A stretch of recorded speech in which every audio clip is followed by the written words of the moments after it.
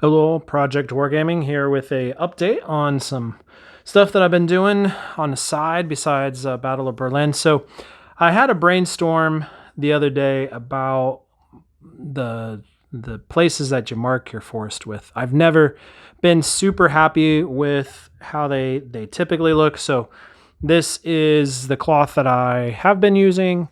It's just standard calico style cloth with a little bit of green pattern on it. And then it's okay. The one problem with it is it frays. And so I've had to spray paint the back of it to keep it from fraying, which made it a little bit stiffer so it doesn't kind of lay as nice as I would like it to typically.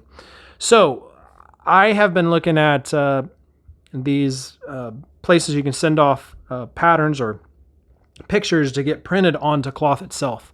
And so I finally bit the bullet and actually did it. And so what I came up with was I went to Google Maps and I just downloaded, well, I didn't download. I found a place and found a nice little forested area.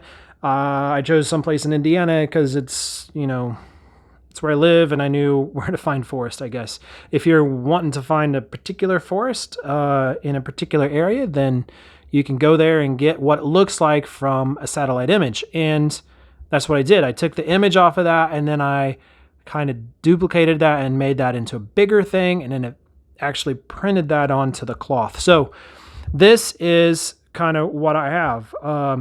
You can see that it is marked that way. And see if I can get this to come undone here. So you can kind of look above here. I think it's pretty good. It gives you the texture. I know in the past there's been people who have printed off textured cloth for this as well and use it to mark their woods. I've never been able to find a good source for that. So what this allows me to do is make it myself. It's not cheap. I think it ended up being like somewhere around $35 with shipping and everything. But I got a huge piece of it.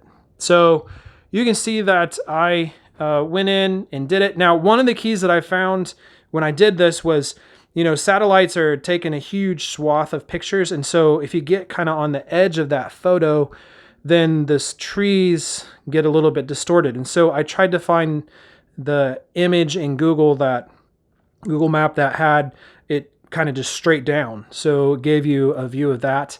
I also went in and found an area of forest that was in the winter time, which I think would be cool to have out on a table as well when I play some winter games. But I'm happy with how this turned out. So you can see this is just like one little quadrant. The printing is excellent, I think, on it. Scale wise, I don't know. I think it looks okay for what I'm doing. It certainly marks the territory. There's no real doubt that that's what is going on here. That you got a woods all there. So the other advantage was, I think this was like a micro suede or something. Well, you can see the edge when it's on the table. It doesn't really have this white line around it, which I was worried about. The ink actually penetrated enough into the cloth. It's got kind of a suede background on the back, so kind of felty, so it doesn't slip and slide around on the table. It would probably slip a little bit more on this side, but even that's pretty good. The other thing is it doesn't fray. So there might be just a little bit of fraying here and there, but there's no fraying at all on this.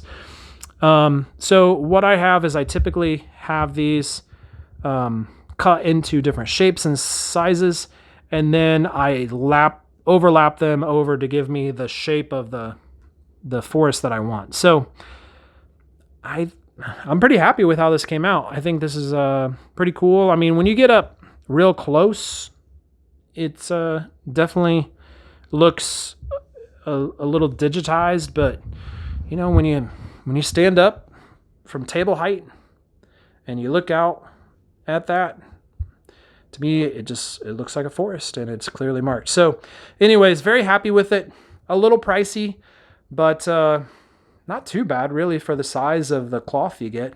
So I'll probably be able to get, I don't know, 15, 20 different pieces out of that. And then if I want to buy another one in a month or so, I can do that. So that's what I got. Pretty cool. Like I said, all I did was go to Google.